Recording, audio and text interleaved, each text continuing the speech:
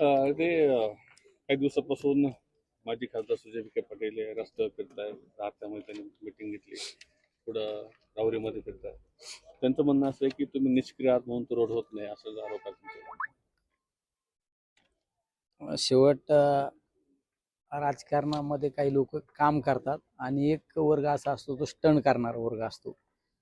जर आज बऱ्याच मीडियाद्वारे सांगितलं जातं की जे हल्लीचे जे खासदार आहे ते काम करत नाही आणि आम्ही खासदार नसताना काम करतो. पहिली गोष्ट यांना 2024चा पराभव आज पण मान्य झालेला नाही. जर तुम्ही नगर मनमाड रस्त्याची जातायात तिथं व्हिजिट करायची, पाहणी करायची, पत्रकार बोलवायचे, अधिकाऱ्यांना दबाव टाकून बोलवायचं, तो रस्ता तुम्ही 6-5 वर्षे खासदार होते. 5 वर्षात तुम्हाला दगड टाकता आला का? निलेश लंकेचं स्टेटमेंट आहे एका प्रेस समोर, हा रस्ता माझ्याच काळात चालू झाला आणि माझ्याच काळात हा रस्त्याची त्या ठिकाणी पूर्णत्व जाणार आहे. ज्यावेळेस मी खासदार झालो त्यावेळेस पहिला ठेकेदार ब्लॅकलिस्ट केला.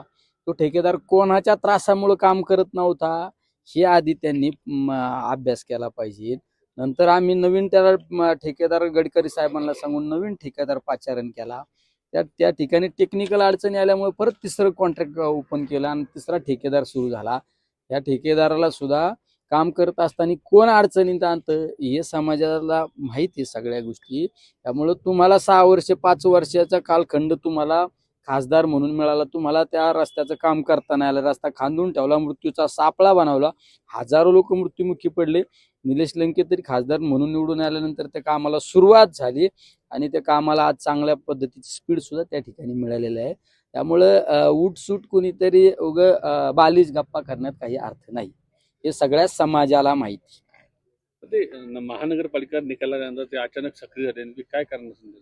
नाही, ते कधी कधी राजकारणामध्ये लोक अचानक सक्रिय होतात, कधी कधी कधी आपाप डाऊन होतात. शेवट आम्ही आमच्या कामाचा त्या ठिकाणी नेहमी एक अजेंडा सेट केलेला आहे. आम्ही त्या पद्धतीने कामाला महत्त्व देणारे माणसं आहे. आम्ही फक्त राजकीय व्यासपीठावर गेल्यानंतर स्टेटमेंट करणं, भाषणबाजी करणं आणि आपल्या समोर बसलेल्या चाहत्यांना टाळ्या वाजवण्यासाठी बोलणं हे आम्ही काही करत नाही. आम्ही फक्त काम करतो. महानगरपालिकेत तुम्ही कामं न केल्यामुळे महानगरपालिकेत तुमचा मोठा पराभव झाला. शेवट महानगरपालिकेच्या निवडणुकाच्या बाबत तुम्ही सविस्तरपणे गेल्यानंतर ह्या गोष्टी तुमच्या समोर येतील काही दिवसात. नेमका निवडणूक कशा पद्धतीने टॅकल झाली, काय झाली, या सगळ्या गोष्टी येतील. शेवट महानगरपालिका आणि ह्या सगळ्या गोष्टीचा विचार केला तर त्या महानगरपालिकेला संदर्भ देणं पण चुकीचं आहे. सुजय विखे पाटीलने का आरोप केलेला आहे, त्यांचं तुमचं नाव नाही घेतलं, पण त्यांचं असं म्हणणं होतं की जो गुजर अंमली पदार्थामध्ये त्याला सिरोपसने अटक केलेली आहे. तो पूर्वी पारनेरला होता, तो तुमच्या कॉन्टॅक्टमध्ये होता. नंतर ते ड्रग्स त्यांनी काढलं, त्यानंतर ड्रग्स ते कोणाच्या घरामध्ये ठेवलं होतं आणि त्यामध्ये नेत्याचा सहभाग आहे असं त्यांचं म्हणणं होतं. आणि दुसरं असं की ज्या ठिकाणी हे घडलं आणि त्याला LCB आणण्यामध्ये तुम्ही आंदोलन केलं होतं असं त्याचा आरोप आहे.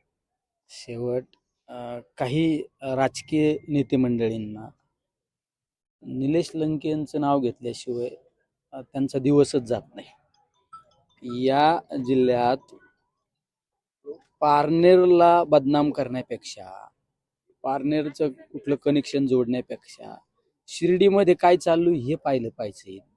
तुमचं तर इतकं म्हणजे केविलवाने स्टेटमेंट होतं एक दिवस की शिर्डीतलं बाबांनी चालू केलेलं अन्नछत्र, त्या अन्नछत्रामुळे गुन्हेगारी वाढती, हे स्टेटमेंट तुमच्या तोंडून येतं.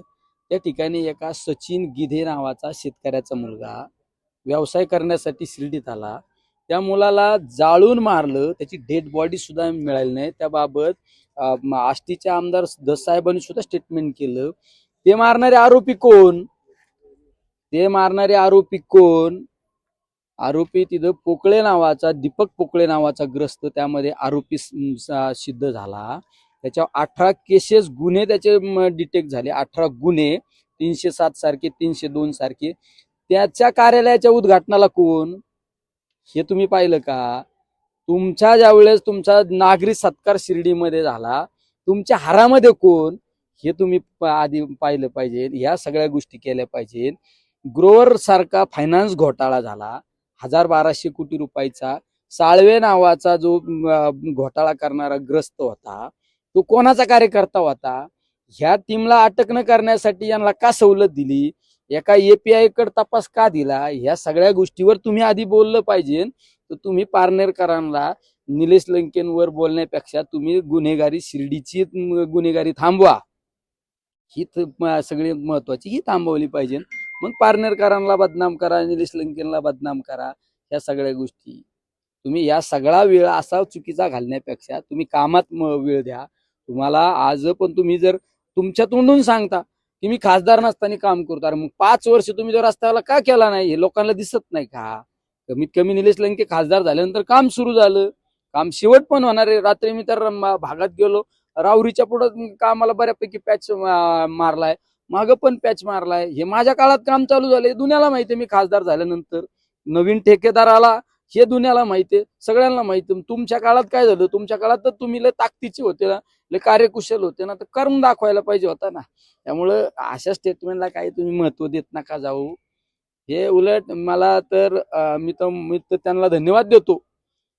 खरे माझे प्रचारक कोण असतील ना, तर ते माझे खरे प्रचारक. सिस्पे घोटाळ्याशी तुमचं नाव जोडलं जातं. अरे शिस्पे घोटाळ्याची मी सांगितलं ना, शिस्पे घोटाळ्याच्या बाबत एखाद्या शिस्पे घोटाळ्याची ती एक इन्फिनिटी नावाची बँक होती, त्या बँकेच्या उद्घाटनाला मला बोलवलं, आदरणीय अण्णासाहेब हजारेंना बोलवले, पोपट पवारांना बोलवलं, काय आमदारांना बोलवलं. आम्ही त्या ठिकाणी उद्घाटनाला गेलो, याचा अर्थ आमचा काही दोषी. मी उद्घाटनाला गेलो, श्रीगोंद्याचे आमदार विक्रम पाचपुतेंनी पण श्रीगोंद्यात उद्घाटन केलं. मग ते दोषी का, आम्ही दोषी का? आम्ही कुठल्या एखाद्या माणसाला सांगितलं की तू त्यामध्ये पैसे टाक, त्याचे दाम दुप्पट होणार आहे का आमच्या जवळचे बगलबच्चे आमचे कार्यकर्ते पुढे एजंट आहे का? काही संबंध नाही. फक्त कुठल्या ना कुठल्या मार्गाने निलेश लंकेला बदनाम करण्यासाठी हा केविलवाने प्रयोग केला जातो. पण हे सगळे असफल होणार आहे, यातून माझी जाहिरात होती. शिस्पेच्या बाबत एखादा ठेवीदार पुढे आला पाहिजे होता आणि त्याने सांगायला पाहिजे का निलेश लंकेनमुळे आम्ही एवढे एवढे पैसे गुंतवले. असा कोणी माणूस आहे का? काही नाही. फक्त कोणाला तरी पुढं घालायचं, डिंगी लावून द्यायची, उटी घालायची आणि घे प्रेस आणि मार भूक. अरे काय कुत्ते भुकते यार, हत्ती चालताय.